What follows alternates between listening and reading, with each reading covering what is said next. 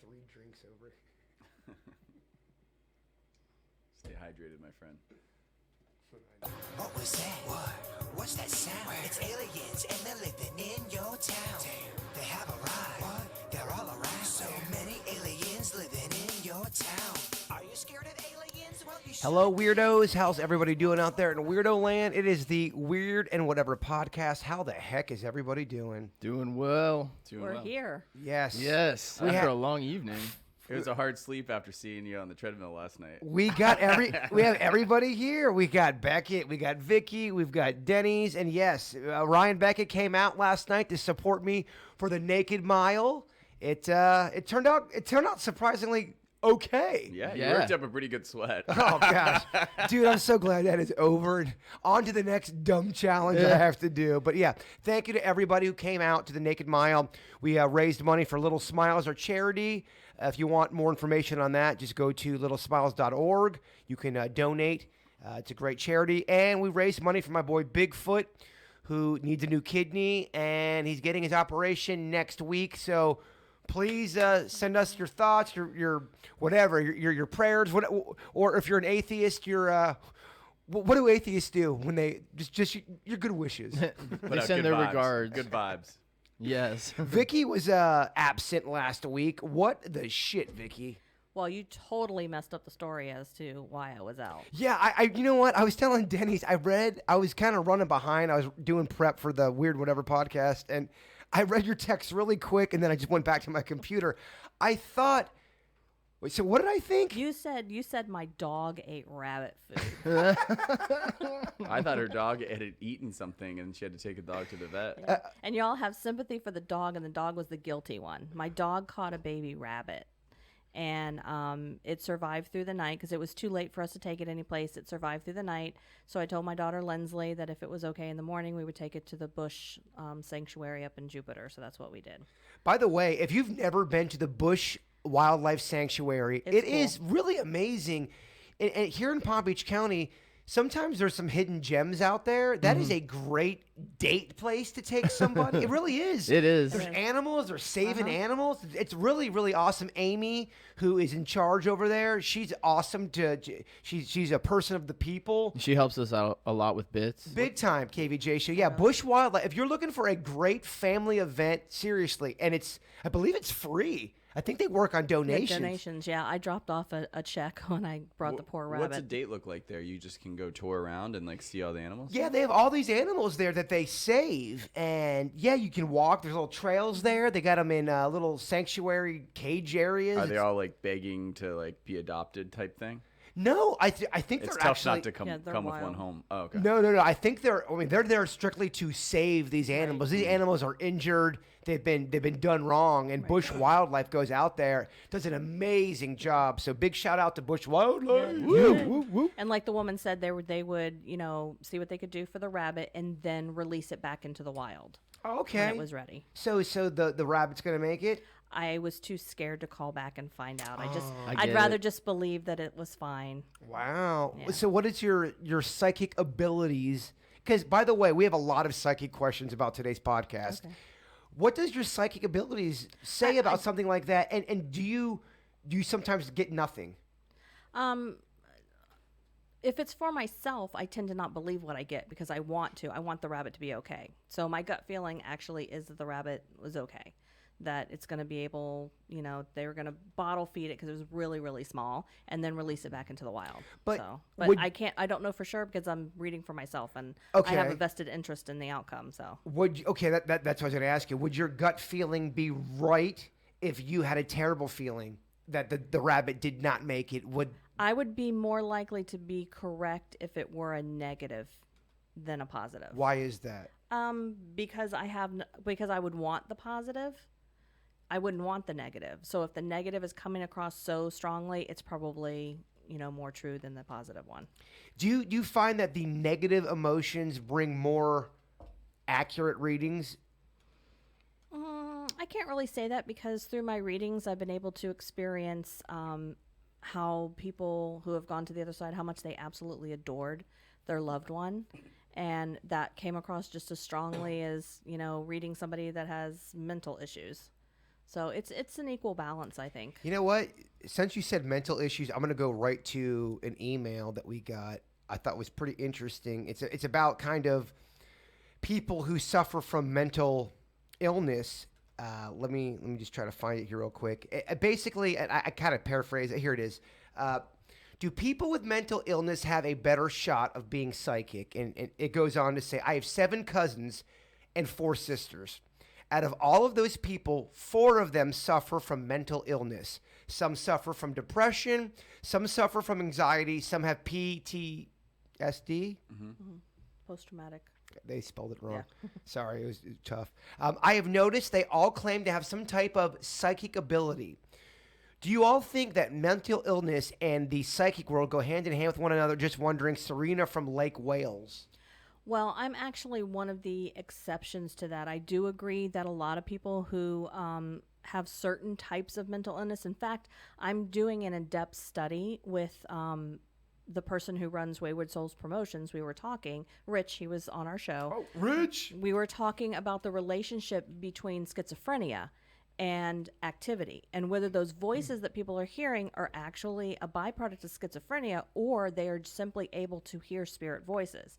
And I have had an experience where someone was diagnosed with late onset schizophrenia, and she said that she heard these 3 voices. It was 2 males, one older, one younger, and like a middle-aged female talking to her, and they were telling her all these negative things and all the paranoia. And I went to her home with my recorder, and I recorded 20-some EVPs in 1 hour, and they were a younger man, an older man, and a middle-aged female. Exactly what she claimed she heard. Okay, so when someone says something like that, are they talking about hearing voices internal in their head? Yes. Or are they talking about hearing it like it's in a room? In their head. In their head? In their head. Which is the way spirits communicate with me. They're not audible in the room. Interesting. Okay, so you don't hear spirits in the room. You hear Right. them in your head. Right. I hear whatever is being said. Like if somebody else were in the room, even if I had a recorder, I would not probably pick that up because it's inside. It's not physically in the room. Whereas if I'm investigating and I get an EVP, that spirit's physically in the room. Beckett, being the skeptic, you hear this, voices in the head. What are your thoughts on all this? I think that you have a greater likelihood of tapping into some different level of consciousness. I think that lucid, sane consciousness is in some ways unconsciousness. And what I mean by that is sometimes you're unconscious as to what's going on in the world because you think that the world's so black and white. You don't see things on a molecular level. You watch someone with autism and you see them. I saw this one guy, he did a helicopter ride across the skyline of New York City.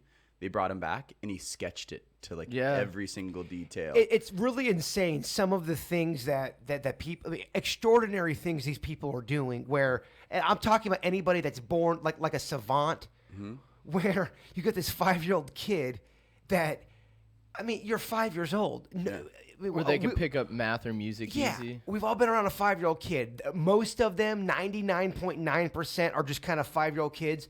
There are 5-year-old kids out there that can play music without really even practicing. Yeah. They're born to do that. What is that? I think you're tapping into different things, and we'll talk about it a little bit later, but like even chemicals, right? Like if you smoke marijuana, it helps you be more in the moment. Like you're kind of taking off the future and the past. And that's one, in my opinion, one of the cool things about THC is you're so focused like in that moment, like that person, that conversation. That's why you're like, oh, and you're so into it. Where without that, a lot of times, your life is very put together. I'm thinking about my lunch meeting and I'm thinking about the next thing, and it's hard to stay in that moment. So I think that whether it's a chemical thing that's induced by something you take or smoke or imbibe or whatever, or if it's something mental that's going on based on how you were born, I think, you can definitely tap into different parts of the brain, which is really interesting. And I think we're designed so that we don't see the other side, because there are a lot more souls walking around in this room than there are living, breathing humans right now. So our brain is designed past the age of 7 to block those things out, because quite frankly, if you didn't have a mental disorder, it might drive you a little batty if every person you ran into, you were wondering whether it was a living or deceased person. So if you have a mental disorder, you don't have those natural defenses up. So that makes a little break in that defense, and in that break, that's when spirits are able to communicate easy. I kind of want to get your opinion on this, Denny's. So anytime I get an email that I find really interesting, I try to write a couple notes down so I can get your guys' opinions. And this is kind of a basic question, but in your opinion, Denny's, what is mental illness? Well, so based on what you guys are saying right now, you could argue that all mental illness could be communication with the other side, and that could cause the mental illness in them. So, I mean, you could argue that angle. If you go more clinical, I guess you could just say some sort of abnormality in how you behave compared to society. I would guess would be like a generic definition. Yeah, I mean, okay, so I like your first part of that. But yeah, layman's terms, what is mental illness? Because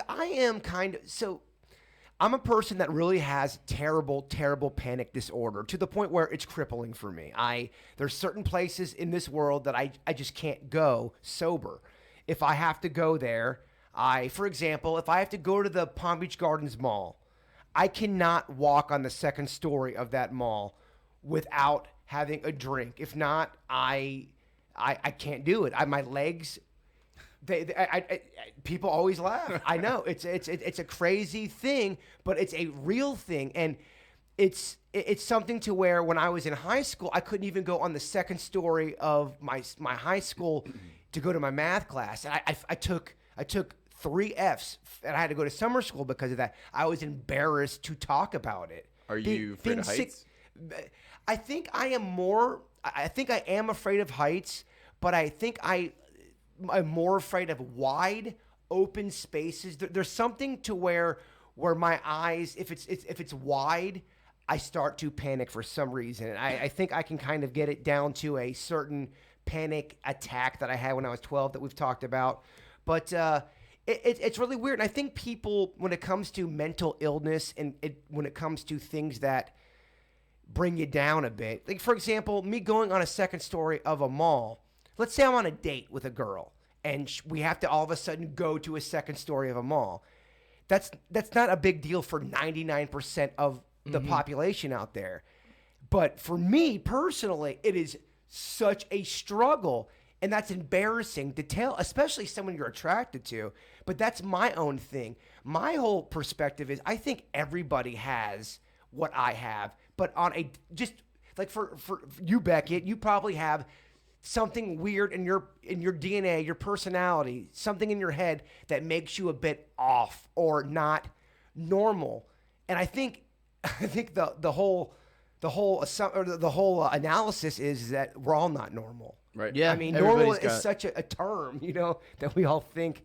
Well, that's no one's normal. That's the beauty of friendships and relationships and love, not to be cheesy, because you're loving and liking the idiosyncrasies in that person. Because if everyone was just cookie cutter of everyone else, there would be no relationships with anyone else because you could just connect with anyone on the same level.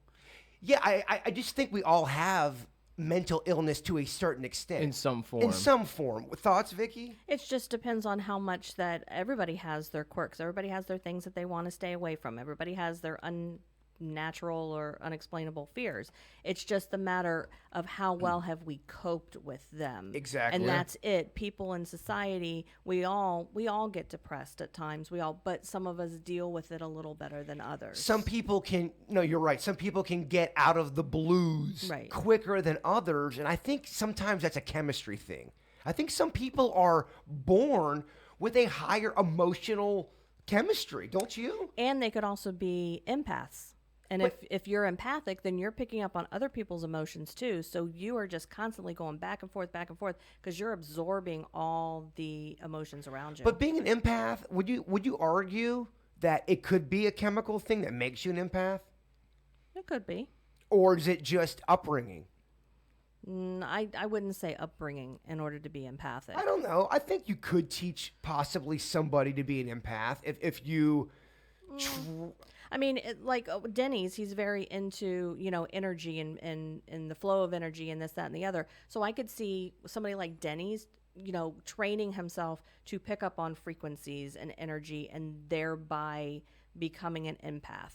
But I don't know. It's one of those things where I think people are just like if you're musically inclined. I think being an empath, you're kind of born with it. So you don't think you could work to be an empath? You could if you worked on the principles Gotcha. that I just talked about. Gotcha. But as far Okay. as picking up on,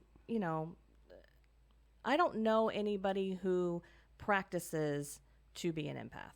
Because trust me, being an empath, it's very difficult to actually be empathic and go to places like Walmart and, things.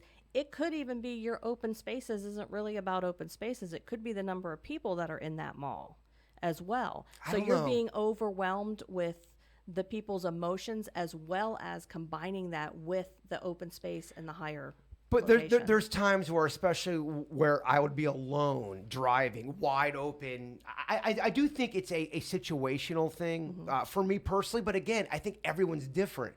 So I wanted to ask you guys a question real So quick. it wouldn't be a good idea to take you to the desert. The desert would be a rough go for me, Yeah. unless Even if you were in like a cozy little car surrounded by friends. if it was. So I am the opposite of claustrophobic. I love closed-in areas, but a desert would be tough, especially a desert with a large structure in the background. That would be totally fucked for me. So like Dubai.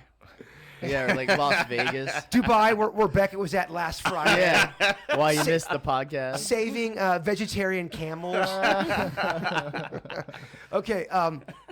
What is if you had to say, what is the craziest trait about yourself where you are, like you're talking about, we all have quirks.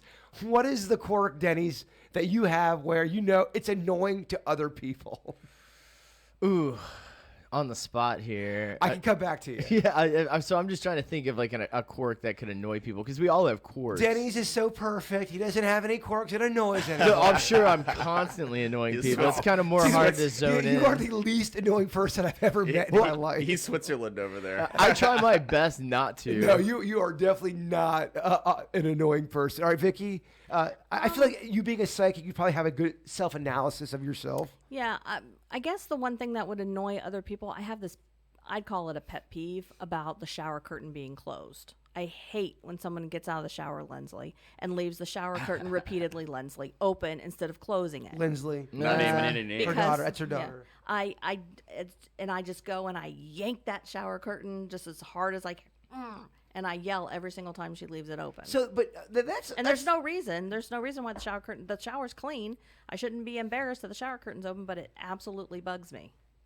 okay. So I get it. That's more on a kind of a shallow, quirky kind of a thing. I'm talking about the deep shit, Vicky. The stuff I where don't annoy anybody, No, okay? I'm not saying annoying. Maybe you're jealous. What if Maybe it- you are a know-it-all. Maybe you are.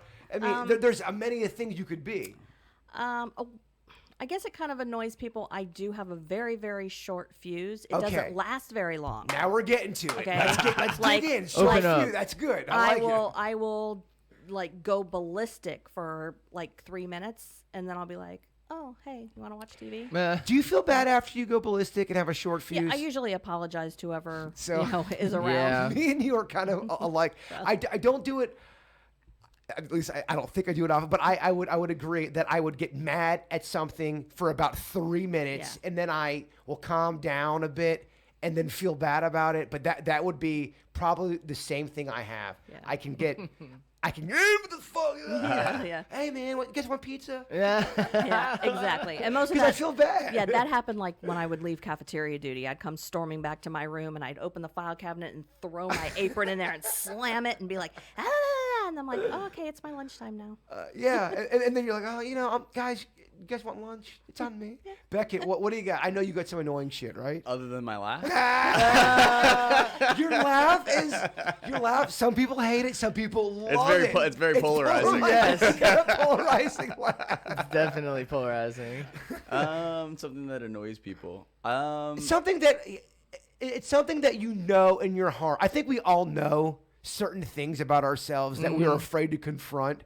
It sucks. It sucks to admit when you're wrong about something, and it Yeah. also sucks to acknowledge something that you're not good at or Yeah. that you just kind of suck at sometimes. I've had serious relationships in my life, and I've been single I'm comfortable being either, and I've always liked sexting, and it's sometimes hard to cut that off, and that annoys people. That's real rough, Becky. Beckett, I need something deeper. Sexting pisses people off. Sexting pisses people off. If you started to date someone and then they see a sext, then they're not happy about it. Wait, Well, wait. yeah. To somebody else? To a different person? Well, I understand that. I'm mad at you now. See, that one worked. Wait, so hold on. Wait, what? What are you talking about? So I'm saying that I think that sometimes like you get into like a rhythm of liking something. So you enjoy the act of sex? Oh, so are So you, like are the you telling, mental part of it. Absolutely. Are you dating somebody and then you received a text message from somebody else and she saw it? Yeah. And that's your most annoying quality? I think that's I would agree. It's pretty annoying because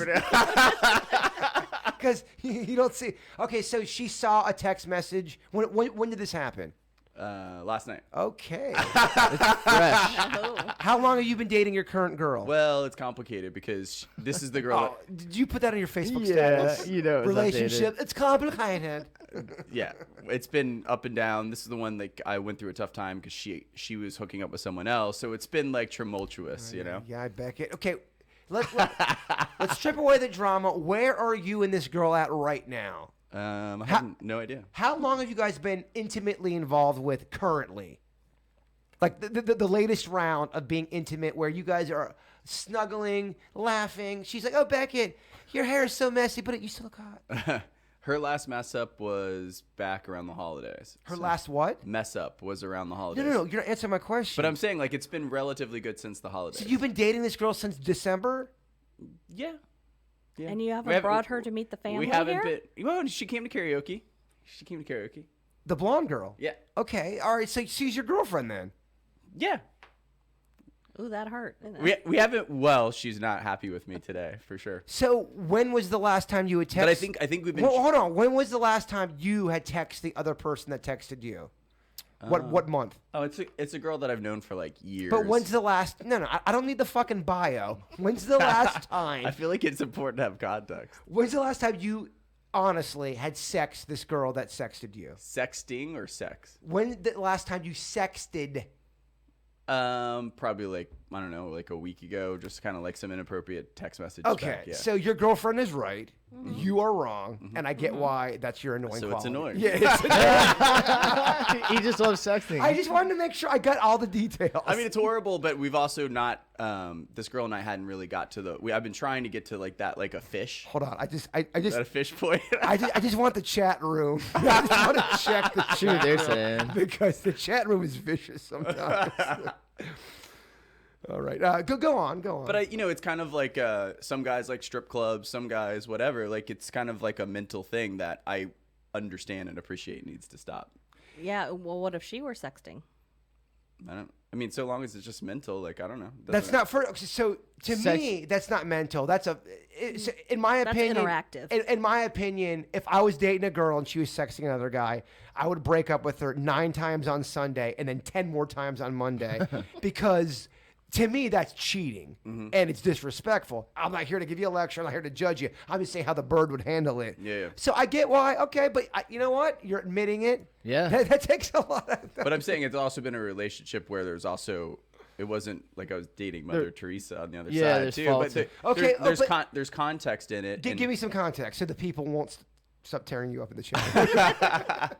I mean, she's hooked up with other guys since we've been dating, and like the thing is like, oh, we're not serious, like blah blah blah. So then we've like come back at it. We're like, hey, let's see if we could get to like a real serious relationship. I haven't posted us on social media yet. Like, Okay, but I to know me, that's silly. To me, social media. Here's the last question I'll ask.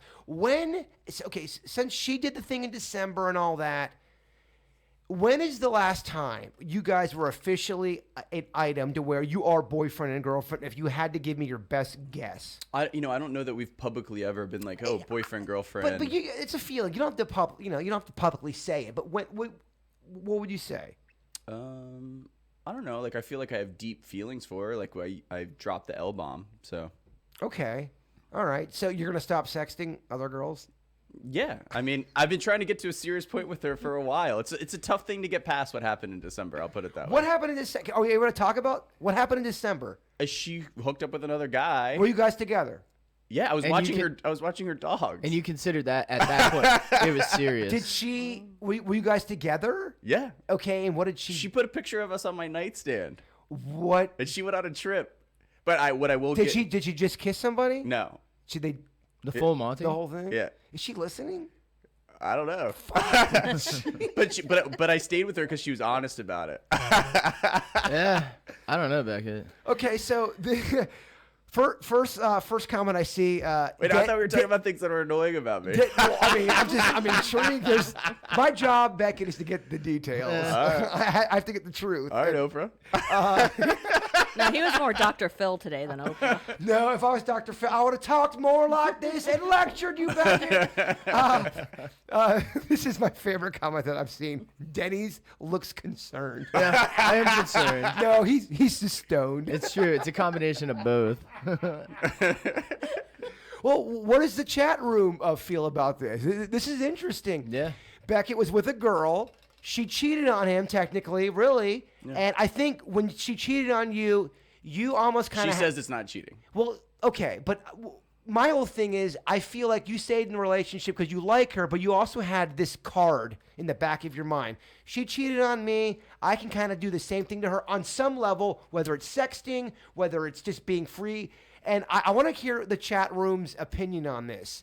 Does he get the free pass? Well, not to rationalize Yeah. If someone cheats on you, do you get a free pass? To me, I would say if someone cheats on you, get out of that relationship or forgive them, and you got to move on. If not, you have to actually move on. Most people can't move on from cheating. Yeah, I mean, I hate to sound like which I am, the oldest person here, but, two wrongs don't make a right.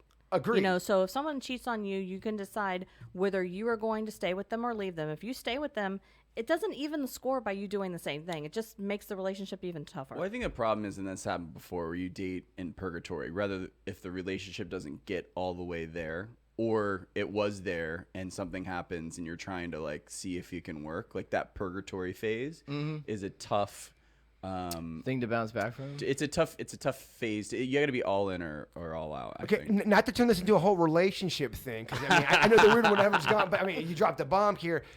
Some of the people are saying, sure, she was honest, but she still cheated.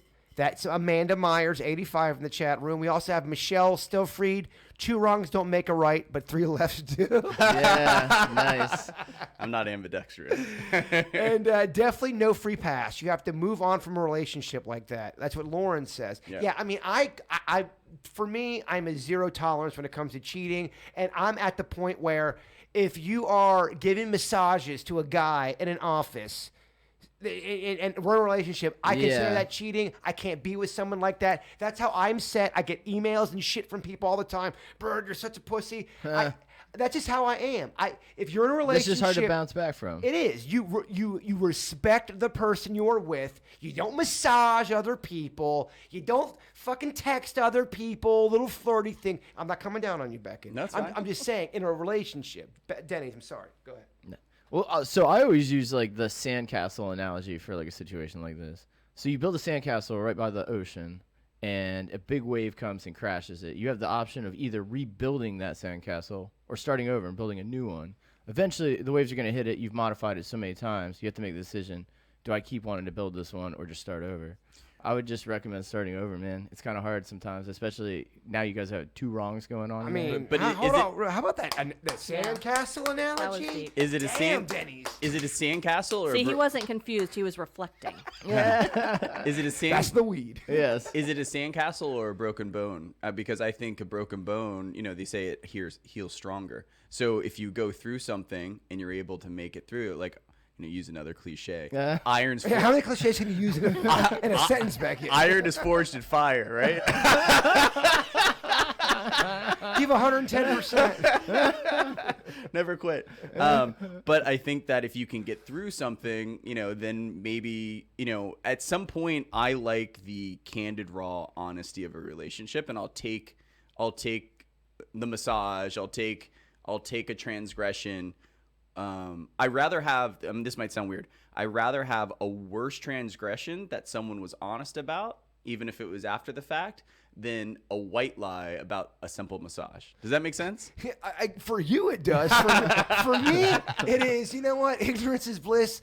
If you're cheating on me, you better make it real good to the fact that I'll never find out about it, because I will find out about it, and I will talk about it on the air.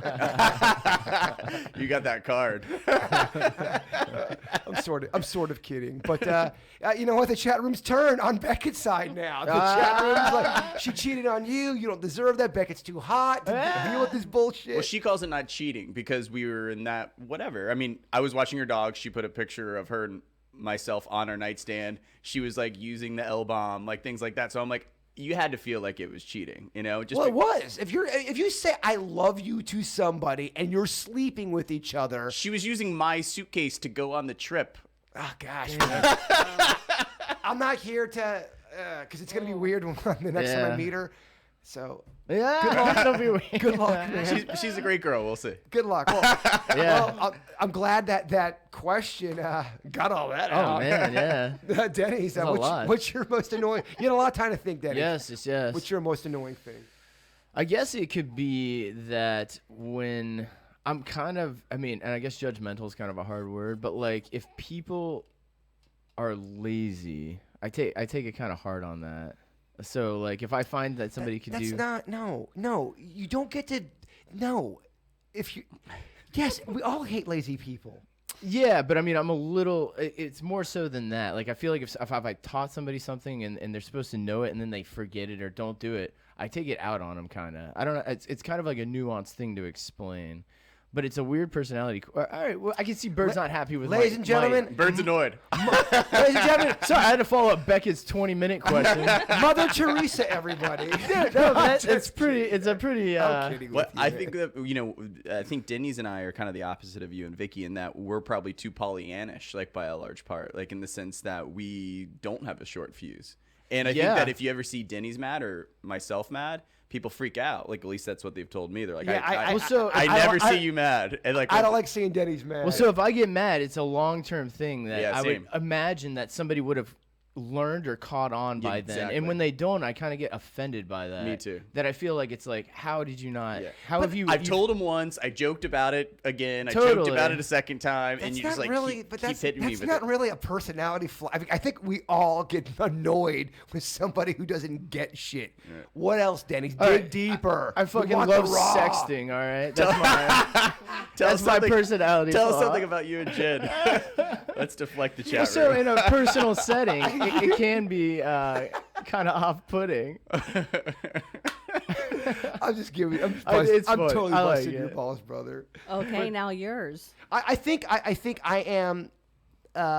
Sometimes I can be a bit of a short fuse, and I think I can be too emotional on things. I think I have always battled a balance with my emotions. I'm way better than I used to be when I was younger, but it's a constant. I got to make sure that I take things hard, and I think I am extraordinarily hard on myself. I think a lot of people are. I think everybody's hard on themselves. Yeah. But I think I can take it. I can kind of take it a little hard and then act like nothing's wrong, and Right. act like nothing's wrong, and then all of a sudden the short fuse will come out, and then I will feel bad about that. So I know I've seen it a couple times, especially when we were at the other studio. There were a couple little things that were going on, and I was a little uncomfortable. with what?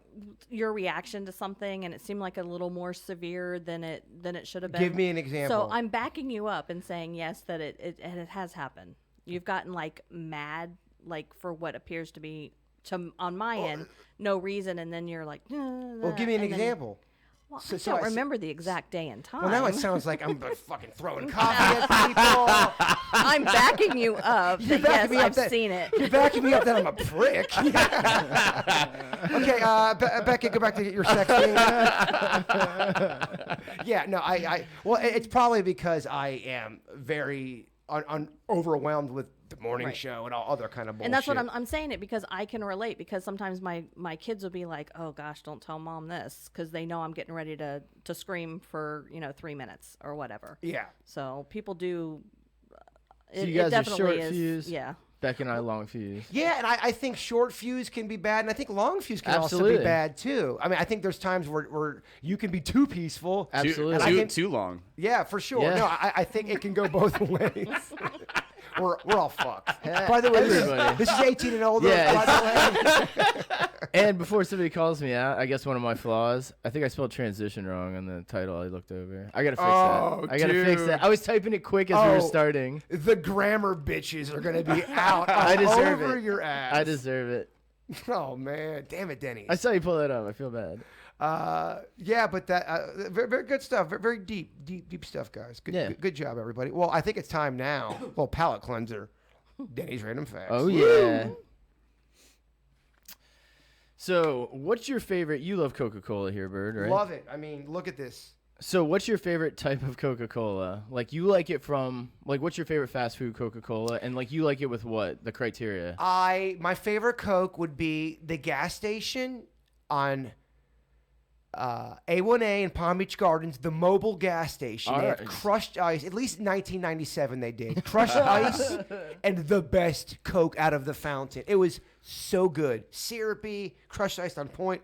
Unbelievable. Well, so based on a study, they were saying McDonald's was rated with having the best tasting Coca-Cola. Out of the fountain, people hands down said Coca-Cola from McDonald's, and they did research into it, and they found that like back in 1957, a deal was struck with Coca-Cola and McDonald's to where Coca-Cola would deliver all of their syrup in stainless steel containers, whereas every other business out there uses those plastic bags. And that was their advantage to have the best Coca-Cola in America. What do you guys think about that? They still do that? Yeah, to present day. I mean, 1957. If you are listening at home, Vicky, our educator, always grades Denny's on these facts. What is the grade on that one? Well, I mean, normally it's things that I haven't heard, but I've actually heard this one. What? Yeah. So do you penalize them for that? I'm trying not to. No, you can. I get it. It's a B. It's a B. Damn. Yeah, but I had also heard that their ratio is different too. They do. They have their own formula as well, all packed in that agreement. Damn it. Education's made you cold, Vicky. Yes. What about this? In Japan, you can hire a handsome man to show up at your workplace. He watches sad videos with you until you cry, and then he walks around the room to wipe your tears for you. It's part of a thing. In Japanese culture, it's uncommon for people to show their emotions in public. So I guess you could say, circling back around, I do show emotions a lot less than other people. Maybe it's because of the Japanese heritage. That is but- your heritage. For sure. So this is a process in which people can, in a workplace, cry near each other, and then people can relate to each other. You ever get in a situation where you're like, F my boss, I hate him. You hate your boss's guts, and then you see him have a human moment, a moment where they break down, or a family issue, and then they become human to you, and some of your hate subsides for that person. But, then they do something else effed up, and then you hate them again. But that's because when you see that as a person, you can empathize with how they're feeling, and it's a tactic. What do you guys think about that tactic? A business tactic. I love that fact. I'm gonna give you an A, but again, I'm a Denny's fan. Yeah. No, that was very interesting. I'll give him an A. Well, yeah. I mean, that's the opposite of America. I'm sad. Facebook Live. Everybody feel bad for me. I mean, the opposite of America. Well, yeah. So you guys we touched upon it on the show with the cuddle sessions. That's also big in Japan. Having somebody come to your house and cuddle you non-sexually as a comforting tactic. Even if you're married. So I didn't look quite into that, but yeah, it's a form of therapy. So I'd imagine if it's sanctioned by the therapy What's department. worse, sexting or cuddling? I think it depends on who you are asking. I want to give Vicky a scenario. All right. Okay, you have a hot man in your life. You love him. He's hot. He's a great dresser. Smells unbelievable. You just nailed him. Yep. And he needs something more from you. You're slightly colder than he is. You won't cuddle with him. You won't give him the emotional need, the needs he desperately desires. He wants to go cuddle with somebody. It's a woman. She gives him that emotional need he desperately just needs, that feeling. Do you Nope. hate it? Do you love it? Do you support it? I would walk away. Why? Just because I would consider it cheating. Do you think you can cuddle with somebody and it not be? I don't know, man. cuddling feels good. It's And almost more intimate, though. I agree. I don't cuddle with my friend. I cuddle with somebody I'm usually. For me, I would not cuddle with somebody I'm probably not attracted to. Right. Spooning usually leads to forking. Gosh, I said that joke yesterday. It's so true. Hack back here. But I mean, and the chat room, let me know. Do you typically snuggle and spoon with somebody you're just friends with? And when I say that, I mean there's zero attraction. You're not getting a boner, or you're not getting turned on, or you guys never made out, and all of that. You are just spooning because you are just two friends that need an emotional connection. I would say majority of people who are spooning with one another at some point have an attraction, or they're needing that human connection where you have to be touched or kissed or rubbed. I think it can be not sexual. I mean, I think if Not sexual, but I think that if I was spooning with an attractive girl that was in my age group like that, then it would be hard not to separate that. But I think in my head, I'm like, I spoon and cuddle with my dog, or when I was a kid with my parents, right? So like, it's possible to have like a human interaction connection with someone that's not intimate, of course. Interesting. But good. That's a good perspective. Yeah, but yes, I think it's hard when you see your significant other or you think of yourself in that scenario to think of it not intimate for some weird reason. Yeah, it would be hard not to sexualize something like that. I think just on how the Americans are upbrung, you know? Yeah, I'm not saying what you're, because I hear what you're saying. Sometimes people need to be held when they're going through an emotional trauma, but I'm talking about when it comes to. Well, I'm thinking like laying in bed, Yeah. like pelvis to butt, like kind of like cuddling. I get someone dies and I console Vicky and I hold her. I get that. Yeah. I'm talking about, okay, you get off work, you make a microwavable pizza, you're watching The Office, and then he or she comes over and you're snuggling. If you're doing that, there's something else going on than just friendship. And you may not like that you may not even sexualize it. You may not have sex, but it is a more on the spectrum of, I like you. You're giving me something that I emotionally desperately need. Yeah. Mm-hmm. But we're kind of going the way of society to where I feel like people are having, I mean, clearly we're having relationships still and such, but like a lot of people are kind of like serial dating. It's more of an accepted culture with the youth. So why would it be that far-fetched that in the future, a form of therapy, a detached person comes and cuddles you? Good It'd be point. the same service as ordering pizza. Well, you're right, because I grew up in a time where if you're snuggling with somebody else, you're cheating. on that Clearly person. means you're cheating. Yeah, but that you're right. That was my upbringing. That's what I've been taught. If I was to be taught cuddling's not cheating. So you If my parents raised me, people cuddle without it being a big thing, Jay Bird. It's just like a hug. Yeah. I wouldn't look at it that way. It's interesting the things that we're taught, the perspectives we get. And Yeah. some people need that type. There was a movie, Frankie and Johnny, the remake with Al Pacino. And when he gets out of prison, he hires a hooker, but he only hires her to spoon with him that night. Yeah. Because that's all he needs is that human contact. He doesn't need the sex part of it. I just read an article where many men don't admit, and it's weird to me because I'm not that kind of guy. I'm more of your, I'm feeling this. But some dudes really have a tough time kind of breaking those walls down and saying, hey, I need to be held. I need you to stroke my hair. I need you. I think it was a Reddit thread I read. And all of these comments were saying, yeah, my guy was this big, tough guy. And I'd been dating him for 6 months. And he was such a roughneck. And I held him and rubbed his hair, and he started to cry because no one had ever done that to him. Right? I think we just need to be held, Denny's. Yeah, I think it's one of the baser needs. Well, We and just- sometimes in culture, like, even when I was younger, I played football, and like you got your bell rung. We didn't know what concussions were, and we just like rub some dirt on it kind of mentality. And that's how Americans are by and large. So culturally, you have these like big walls up. I mean, guys like us, we're a little bit, we're talking about something that's going to go on YouTube for the whole world to see. Like, I dated on national TV. Like, we're more of an open book. And if I like you to tickle my ear, then with a feather, then I'm going to say I like you to do that. I'm not going to be ashamed by it, you know? It is nice. That is the one great grace and getting older is when you get older, you really start to not give a flying fuck about a lot of stuff you used to. The ego falls off. I mean, because we all know I'm 42 years old. I know I'm going to die eventually. We're all on an escalator. I've seen loved ones die. I get it. I've seen how this ends.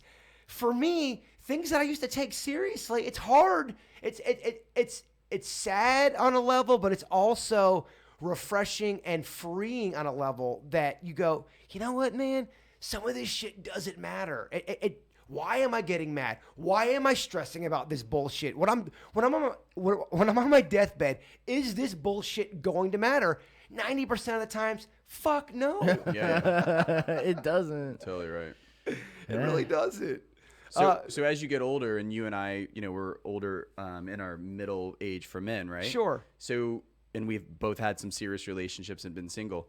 Do you think that at this point you just got to have open relationships? What do you think about open relationships? I sometimes feel like, me and Denny's talk about this a lot. I think there's a Western type of thinking, and I do think it's changing. I do believe in a committed relationship if you find that. But I also think that some people just aren't built for that. I think everybody is different. No human is the same. I think there's nothing on this planet that is black and white when it comes to humans and the emotions of things. People love, that's why I'm not a big fan of identity politics, because you never speak for a whole group. Everybody is different. I wouldn't want somebody speaking for whatever I am, whatever you would consider me as a demographic, whatever it is. I don't want somebody speaking for me, because we all are fucking layered. Yeah. We all handle death differently. We all handle compliments differently. We all handle getting yelled at differently. There's no cut or dry on how humans are, and I'm so sick of people trying to A, B, or C. It's not that. It's not like that. It's just not. Mm-hmm. Yeah, it's weird that as a species we love to categorize. We do. And I get you need to do that on some levels just for sanity and for structure on some things. But when we're talking matters of the heart and just things people believe, we are all weird creatures. The fact that I can't, I'm talking about my anxiety issues with certain, I can look at a sky, walk out of my door, and just by the sky knowing what type of day I'm going to have because of the cloud coverage. That's a weird thing. Yeah. A lot of people don't have that, but I'm just one of a billion people that have some weird bullshit going on behind the brain. Yeah. Yeah, I think that's why we just have so many distractions. We have like toys, video games, movies, music, art. There's so many things we do that no other creature does. I think in a weird way, society may be becoming more honest about it, though, right? Yes, Yes, I do think that. Like homosexuality has existed forever, right? Like literally back to like the charted all the way Greco-Roman back. right? Greco-Roman days. And it's not like they didn't exist. It's just now it's more open and plain sight, which is good because now we're having like in the sex world, like there's these what are those things? The furries, the Furbies, the people that like to have sex like dressed up. Yeah, the furries, right? And like I didn't even know about it. Then I heard about it, and then I looked into it. And I was like, wow, this is a huge group of people. It's not like it's like a couple random whatever. Like there's actually conventions. Like it's a small group that I thought was really small, but it's actually a pretty big group. So everyone has their weird, but a lot of people like to store it away and like keep it secret. Billy Joel's got a song called The Stranger. I highly recommend everybody. That's your homework, weird and whatever audience. You must listen to The Stranger and give me your interpretation of what it means. Dennis, give us another fact, my man. All right. So speaking of the word weird, the English word weird originally meant having the power to control fate, which is why Shakespeare named his witches in Macbeth the Weird Sisters. Later depictions of them dressed odd and in strange ways led to the current definition of the word we use today, which to mean odd or strange in appearance. Nice. So we're controlling the future. You like that one, Vinny? Yeah, there's actually a book by Terry Pratchett called The Sisters Weird, which is a play on the Macbeth one. But I always thought that was an odd title or an odd description, and I didn't really know why they called the word weird for the sisters. That's interesting. Why do thespians freak out by the word Macbeth? Isn't that like a big like bad luck thing to say that before? To be or not to be, that is the Beckett. Was that the answer you're looking for, Beckett? Yeah. And here we'll do a final one here. What do you guys think if we adopted this tradition here in the States? there's a Peruvian tradition and an annual event held every December 25th where villagers settle their year's grievances with public fistfights. That's great. I don't hate it. At the man. end of the year, you get to go and call out whoever annoyed you, and you get to fist fight them at the end of the year. I kind of don't hate that. That's kind of cool. That's awesome, actually. Kind of cool. Figured that was a fun one. Vicky, I'd be in training all year. I mean, just for humor alone, I give that an A+.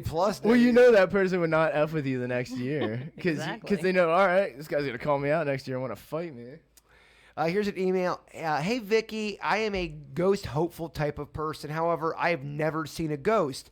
I've heard you talk to Jason about some of the stuff he does to get activity, but can't remember what exactly he does do. What's the best way a hopeful like myself can see a ghost? Hopeful and Sebastian, Travis.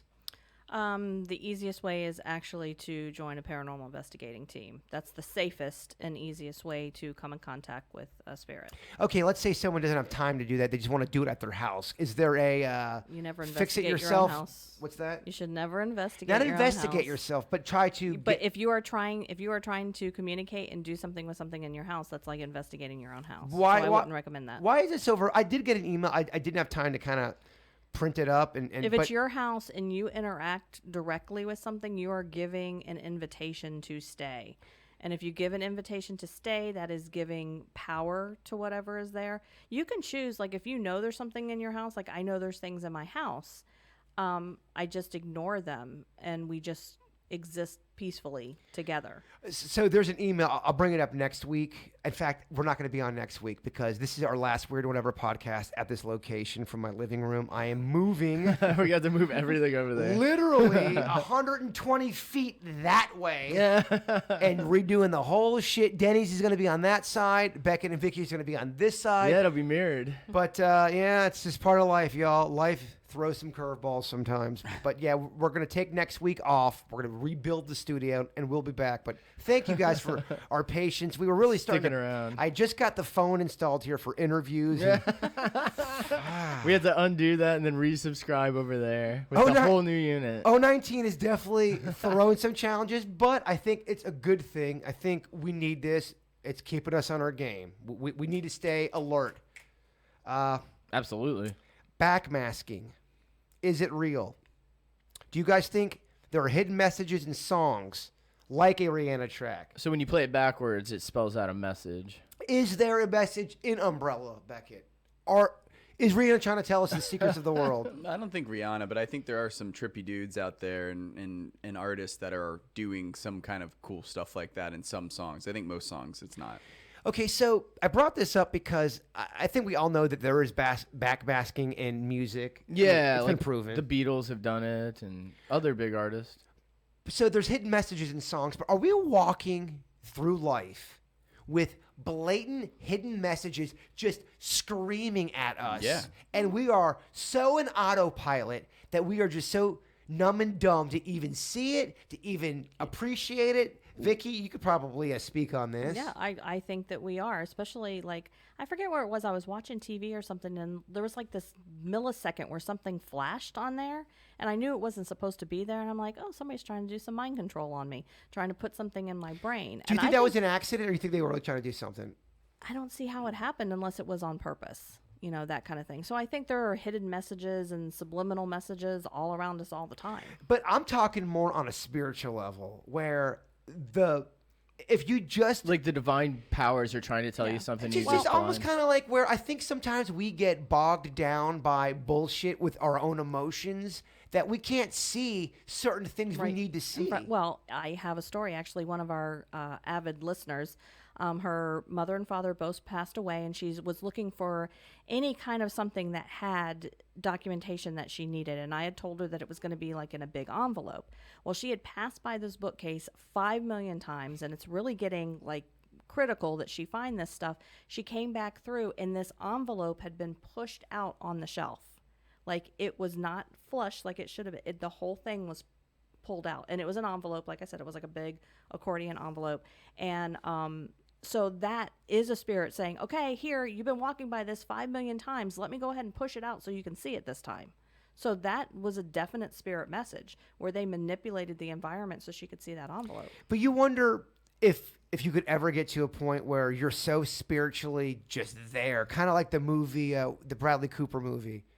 Where he takes the pill. Clarity one, yeah. What's it? Limitless? Limitless. Where when you walk down the street, you walk by somebody, you see a dog, you see a restaurant, and you just are constantly seeing ideas that you can be at your best. You know what I mean? You can just see potential in everything, and you're nailing it. Yeah. That's how Elon Musk says he thinks. And he says that it's not necessarily like a blessing or a curse. Like he was on the Joe Rogan podcast, and Joe Rogan's like, he's like, do you ever appreciate, like, you know, people like you? There's only so many Elon Musks that come up. And his response was like, well, don't envy me because you can't turn it off.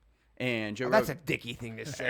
I'm so brilliant against I guess that's true. Making a but, new but flamethrower. I guess my question is, do all of us, most of us, have that capability every single time you walk out of your house?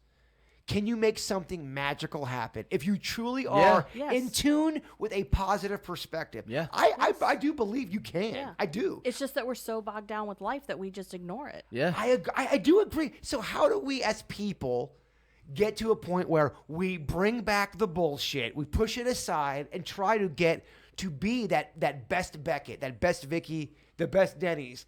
What do you do? Mind state. It is absolutely mind state. I It think is. you flip anything. So if you hate your job and you're working there every day, just when you get out of it, you have to drop it. You have to subtract that from your thoughts for the rest of Dude, the day. I'm so glad you brought that up. We got a really good email, and it's titled, "What Am I Waiting For?" And it's exactly what you're talking about. It says, "Dear Weird Whatever, I hate my job.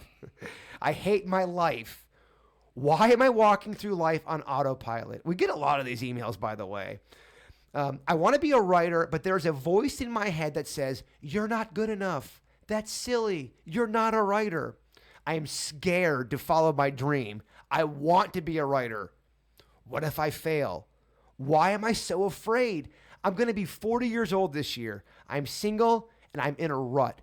What am I waiting for? I keep saying I'll start writing tomorrow. I'll start chasing my dream tomorrow. I never do. How do I break this terrible prison that I am in? Zach from Lake Worth. Zach, you've described, I think, 90% of humans. We all have that voice saying you're not good enough. And I think there's some people that never listen to that voice. They hear it, it's there. I think we all have that negative voice there. It's the person that's able to say, fuck you to the negative voice. Mm-hmm. How do you do that, Vicky?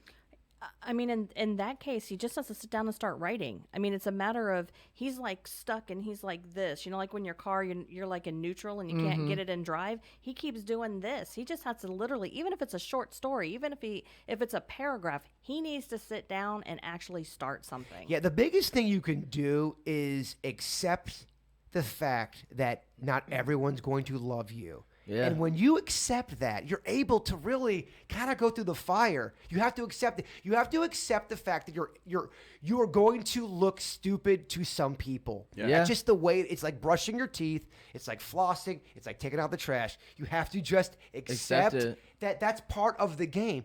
Who gives a shit? Yeah, you have to toughen up your ego or shed it, depending on how you want to word Yeah. it. You know, like I say, that's when your best decisions. What I would say to Zach is that in that email, he said, "I keep on saying I'm going to do it tomorrow. Do it now.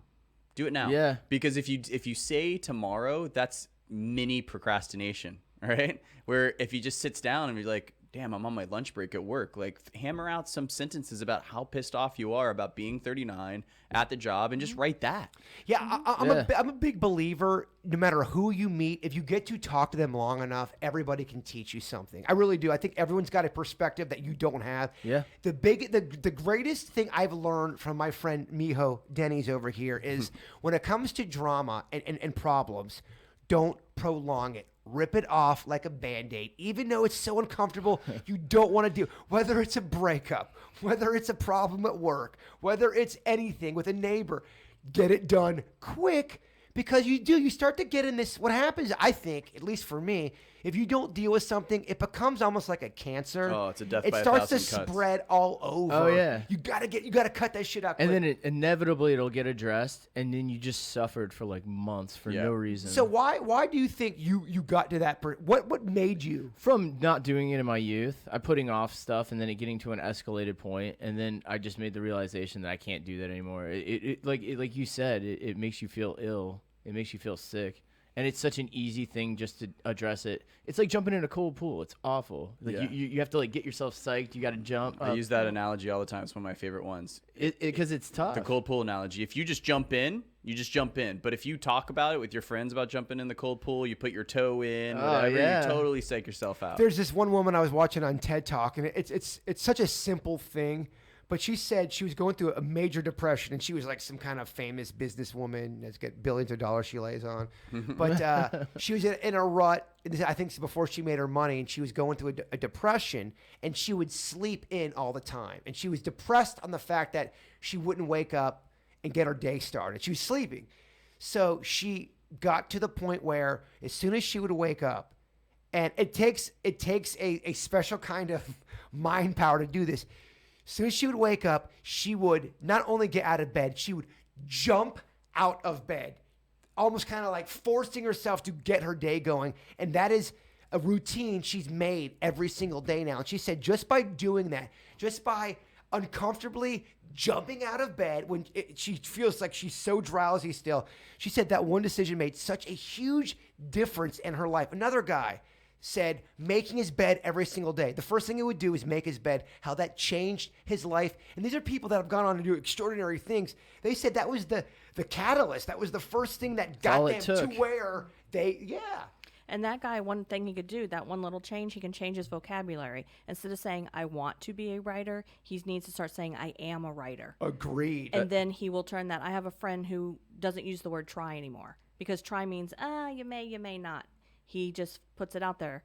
I will, blah, blah, blah. Not Yeah. I will try to, I will. And just changing that to I am a writer will make a difference. I mean, mind over matter really is a thing. If you Oh, yeah. believe something, you're going to think that's real. Well, that's what Arnold Yeah. Schwarzenegger, funny enough, ended up making a movie called this, but he, at a young age, would call it true lies, where he would tell himself true lies. When he was the best bodybuilder in the world, then he said he wanted to go in and be an actor. He had a box office flop. It was called, forgot the name of the movie, but the guy was like, well, what are you going to do now? He's like, I'm going to be the biggest actor in the world, highest paid. And the guy almost laughed. The guy interviewing him like, dude, you have this huge build, weird accent. You just had a movie that flopped, whatever. And with T2, he became the highest paid actor in all of Hollywood at the time. I love how you call it T2 too. It was the best. But he explained in that interview, he goes, I do the same thing that I do in bodybuilding. He goes, I just tell myself that I'm the best. And he really drinks his own Kool-Aid. Yeah, the ability to not give a shit is It's the such best. a super. Oh, it makes you a superpower. Well, you are unstoppable. If you are a person that can get to a level, and when I talk about not giving a shit, I'm not talking about matters of the heart. I'm talking about chasing what is in your heart, your desire, your passion, and going for it and not giving a shit what anybody says. That's an ability. Well, that separates everybody. That separates the person who is living their life. They're living their best life. But I think it does, though. you have that more than most people that I know. I mean, the event last night, like, talk about not giving a shit. Like, and I respect that because that's a lot. Like, you could have, some model out of South Beach that would not have the not give a shit to go and do something like that and be vulnerable. Like Talking about the Naked Mile? The Naked Mile, yeah. Gotcha. Like, that takes a lot of not giving a shit. Yeah. Oh yeah. That's a tough one for a lot of people. I'm not gonna lie, it wasn't awesome. Yeah. I can tell you weren't pumped about I it. didn't love doing that stunt. Glad it's over, but yeah, I hear you. But at what percentage of the population would not give a shit enough to do that? Not a lot. I always go through the filter of my deathbed.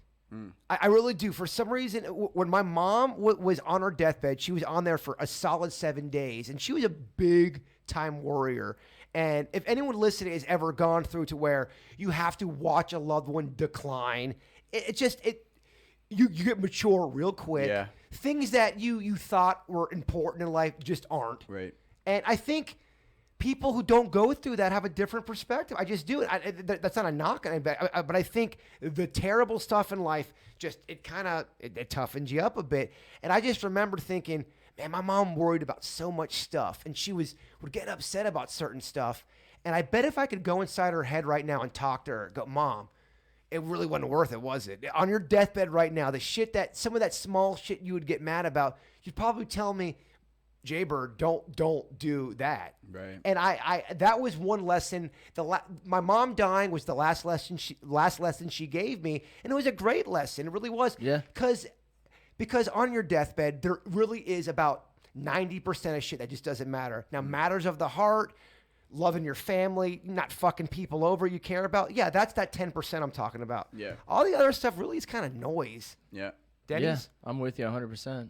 you've seen some death up close. Mm-hmm.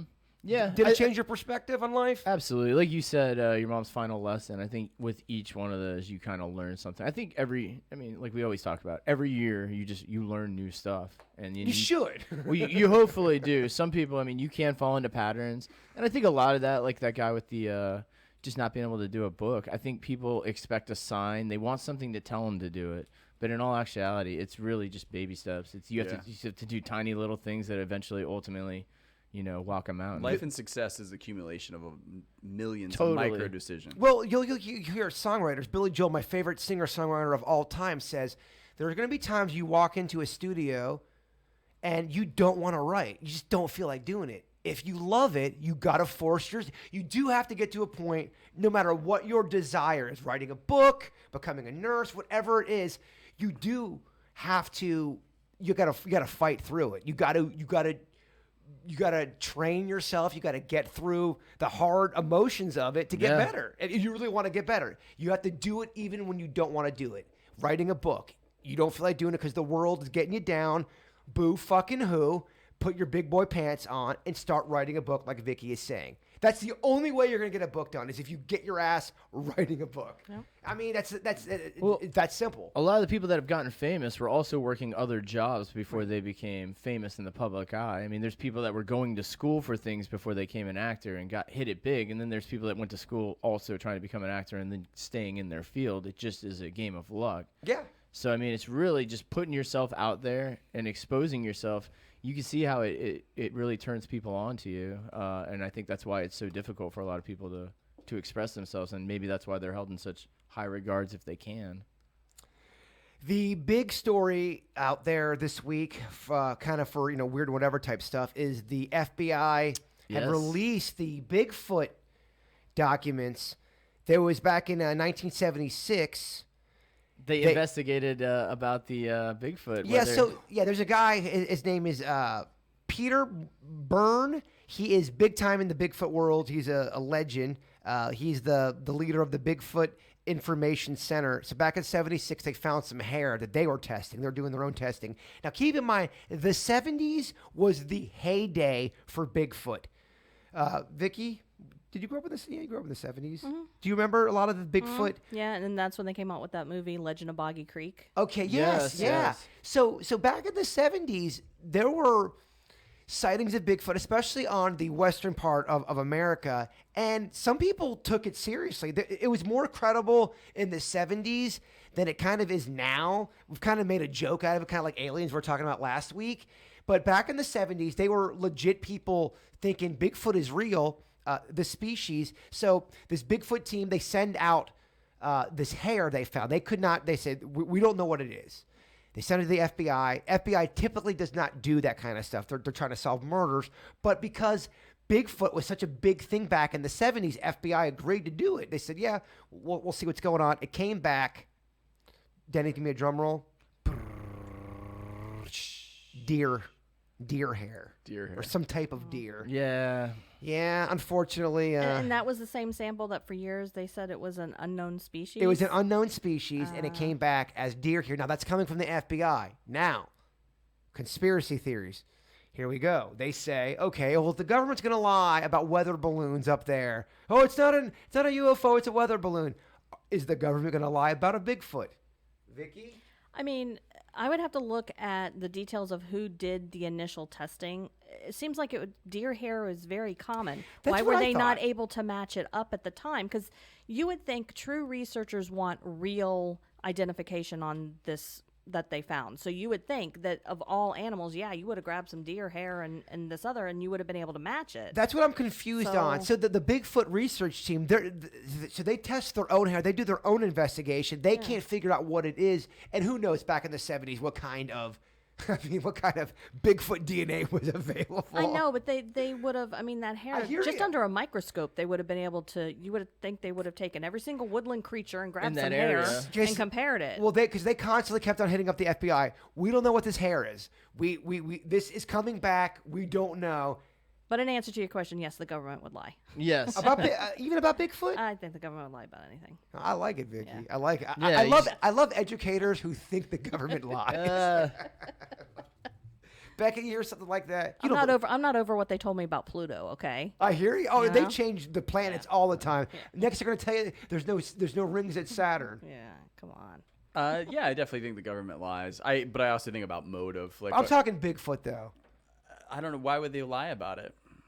Why are you laughing at Bigfoot shit? You know what, Becky? Get out of my house.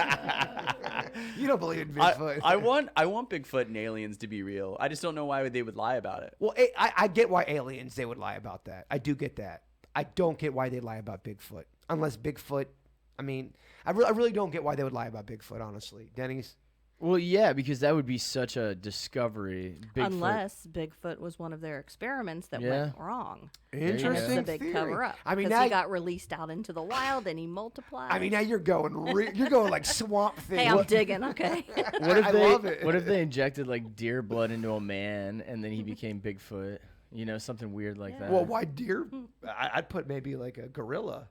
yeah, but that's what he's saying, Well, that the hair matched the because deer. it matched the deer. Oh, I see what you're saying. Sorry. Yeah, or a gorilla. We can use either animal. I'm a little slow. I'm a little hungover from the Naked Mile.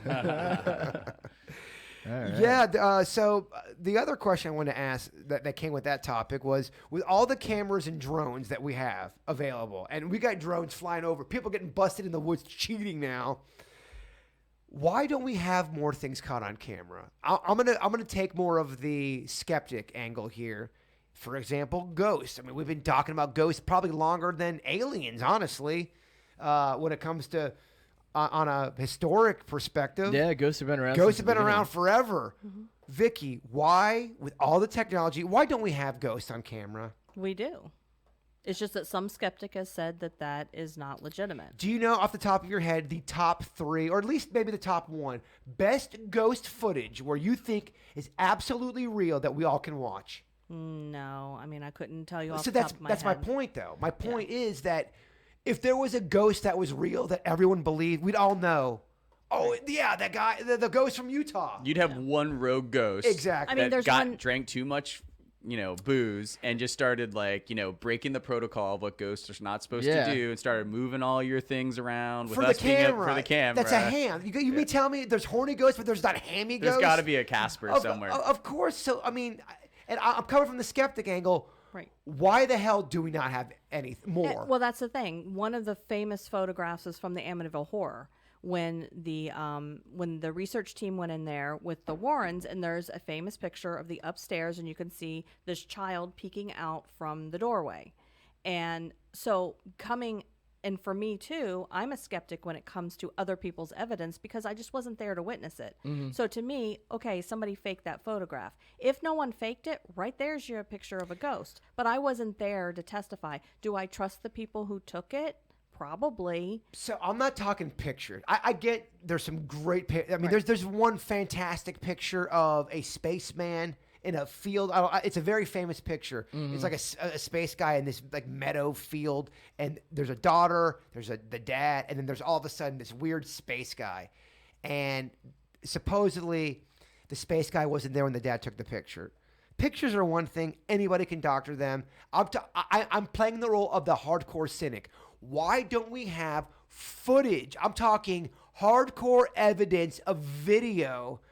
I see a ghost every single night. I mean, people tell me that. Jaybird, why don't you have footage of the ghost you always speak of? And you're right. I don't have it. The woman I saw in the shower, I didn't have a camera going. Right. The stuff that happens here is more feelings, more things flying off the ground or off the shelf when I'm not ready for it, stuff like that. But I would say that the footage that we do have, people have blown it off because they weren't there to witness it, so they don't consider it true evidence. But I guarantee you, in the history of the world, we have legitimately videoed and still photographied, I just made up that word, real spirits. But we've blown it off and said, I wasn't there. And we all play the skeptic. Every single one of us pulls out our skeptic card when it comes to that kind of thing. Can the student become the teacher right now and give you a homework assignment? Okay.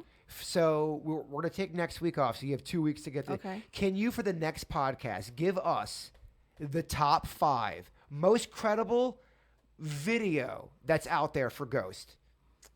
I will try. You when you said credible, that's... Well, I mean, so when I say credible, the best that's out there. I mean, you're never going to have 100%. You might not even have 50%. But whatever is considered in the ghost world, at least give me the top 3. Okay. And I think we should post it. I want to get the people's opinion on that. And also, too, if you guys have anything listening, any kind of pictures or video that is weird or awkward, you think it's a ghost, you think it's a demon, send it to us. We'll have Vicky analyze it. We'll play it, get the people's perspective on it. But, yeah, I think that'd be kind of interesting to, I mean, skeptics do have a point. Where's the video at? Of all the live events that are shown with such huge audiences, with cameras now that you can see the football players' nose hairs through the helmet, like all a ghost has to do to really change the paradigm of the public is say there's some big Patriots fan and the Eagles quarterback throws a pass, and then you have millions of people just see the that's actually a great point, Beckett. Let's say you die and you hate the Patriots.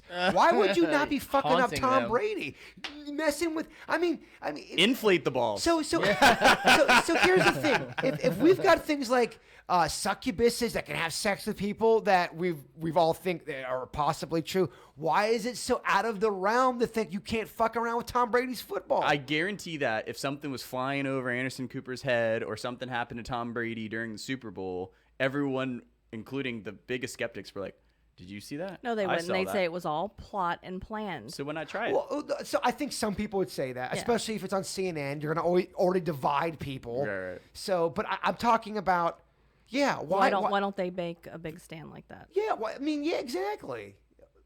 I know you don't know the answer, but I mean, again, I don't like playing this role, Vicky. I don't like being the skeptic. I'm sick of hearing this shit from other people. Interesting questions. Well, Amazon announced that they're going to be starting to deliver with those drones coming up here in like the next 3 months. So we'll probably get a lot more footage of drones flying around like neighborhoods. Oh yeah, definitely. Well, yeah, you're right. You're going to see a lot of people getting undressed in windows.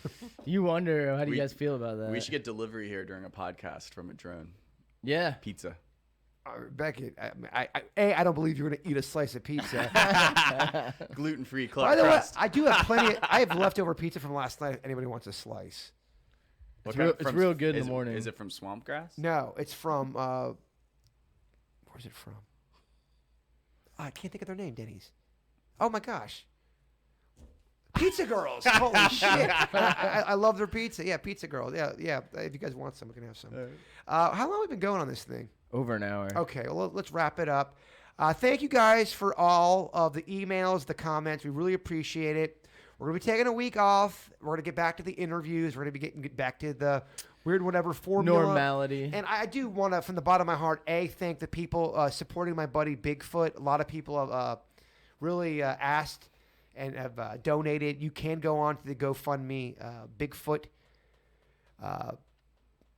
page. We'll put that on our Facebook. Yeah, that's what we'll do to make sure, because people do want to donate. And thank you guys for your patience just with the move and no guests and all that. We do appreciate that. Denny's final words.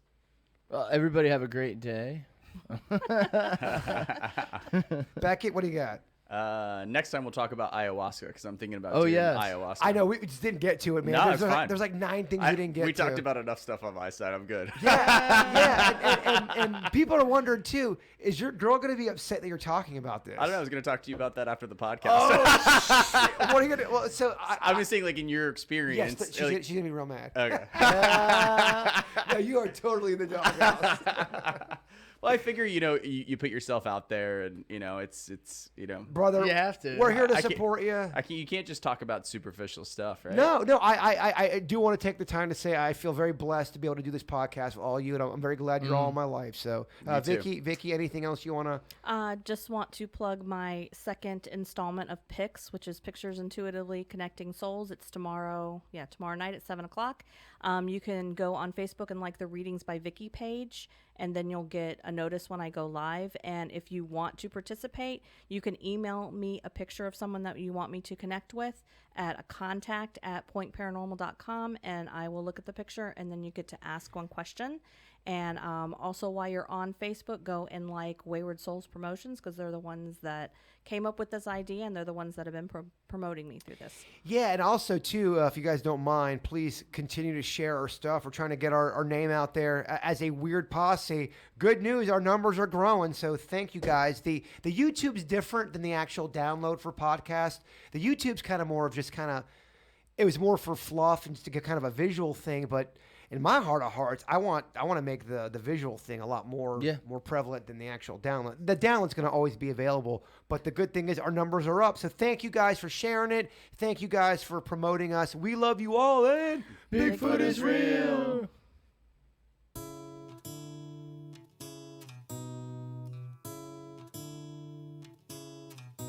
Oh, hell yeah, I believe that Sasquatch lives beyond those trees. The Bigfoot species is just trying to find their place in this world. They are such lost souls. Sasquatch has always been elusive because humans have been abusive. Mankind has never really been kind at all. I'm so sorry for our ignorance, my sweet Sasquatch. You are misunderstood. You are mystical and pure, my gentle Sasquatch. Hiding out in those woods, you're the one I adore. Mi amor. Bigfoot has a gentle soul, and a spirit that you can't control. God's magic pumps through Bigfoot's blood and veins. Thank you, God, for making Bigfoot. I'm hearing Sasquatch screams because I'm having Sasquatch dreams. I wish I could stare in your Bigfoot eyes. I could get lost in those eyes. My sweet Sasquatch, you are misunderstood. I wanna save you from harm, my gentle Sasquatch.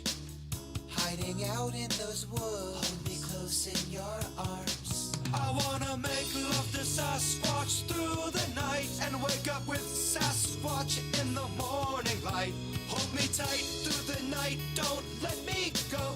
Bigfoot, let's make this relationship grow. My sweet Sasquatch, you are misunderstood. We belong together, my gentle Sasquatch. Hiding out in those woods, I'm gonna love you forever. I wanna make love to Sasquatch through the night and wake up with Sasquatch in the morning light. Hold me tight through the night, don't let me go.